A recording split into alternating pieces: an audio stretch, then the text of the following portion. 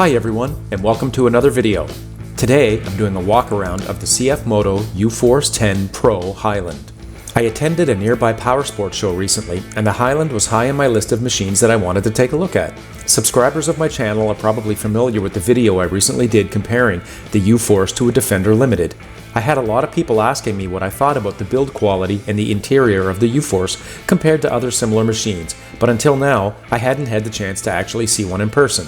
For now, I'll continue with the walk around, but then I'll give you my honest opinion of my thoughts on this machine. I arrived at the power sports event early to avoid crowds so I could film this machine. It turned out to be quite difficult, as a lot of other people were interested in the machine as well. In fact, there was so much interest, I ended up having to leave without getting what I wanted. Luckily, I was able to return the next weekend and get a bit more. That's a 998cc triple-cylinder engine with 88 horsepower, which is 6 more than the Can-Am Defender, and it has the exact same amount of torque as the Defender has. So if you were wondering if these are going to be underpowered, I don't think they are at all. I think they're probably going to be pretty solid machines. And I heard a few of these running in parking lots, not at this place, at a dealer that I was at one day, and someone was driving it around, and my impression was I was actually quite surprised at how quiet it was. The back window slides open, which is very handy. It's not an option, it's standard equipment. The seats have a unique style that I thought were pretty nice looking. The speakers are standard equipment, and they're Bluetooth compatible through the center console. The interior materials seemed very nice. I liked the look and feel of the steering wheel, as well as the buttons and switches. They felt like they were high quality to me. I liked that there were 2 separate dials for the temperature and the fan controls.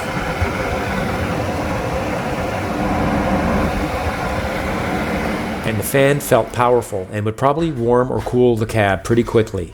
I really liked the power flip windshield, and I was impressed with how fast it opened and closed. One thing that I was disappointed about was a lack of a speedometer and gauges behind the steering wheel. But that's just personal preference for me. Lots of people probably wouldn't mind that, especially with that beautiful 8-inch touchscreen in the center to replace it. There's 2 interior storage boxes, one behind the steering wheel and one on the passenger side. Neither of them are very big though. There's a lot of nice touches, like the measurements in the box. The tailgate also has a weight rating of 350 pounds. There's a 12-volt power outlet in the box, along with 4 sturdy tie-downs. I love the steering column mounted stock that controls the turn signals, the horn, and the wipers. That's very handy. There was another machine there with 32-inch tires on it, and it looked great. The mechanical and the electrical components under the box looked pretty well made to me, and the air intake was pretty high, and it looked to be in a pretty well protected spot.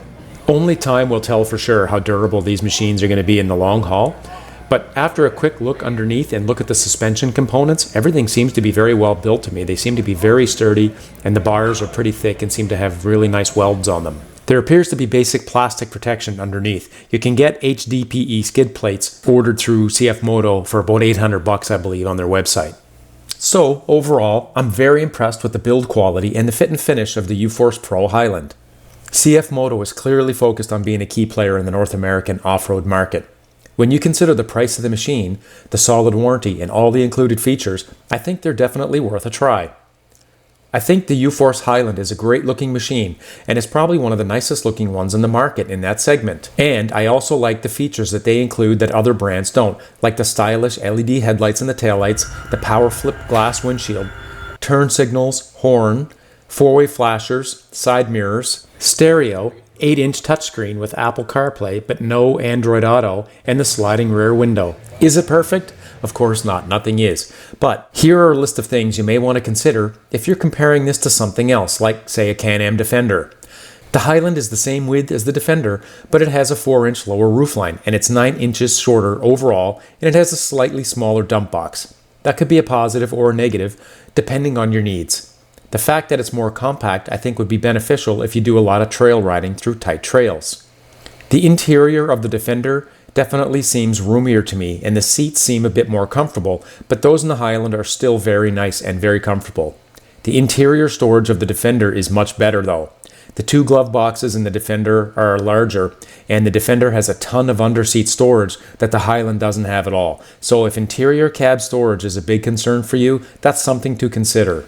So, if you've been wondering if the UForce 10 Pro Highland is for you, I suggest you do some research, watch some YouTube videos of other people using the machine, and see what you think.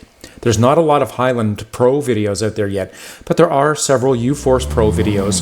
They're basically the same machine, but the UForce 10 Pro generally doesn't have the doors or the HVAC system, but it does have the exact same powertrain system. Real Talk Power Sports has several videos of the UForce Pro you may want to check out.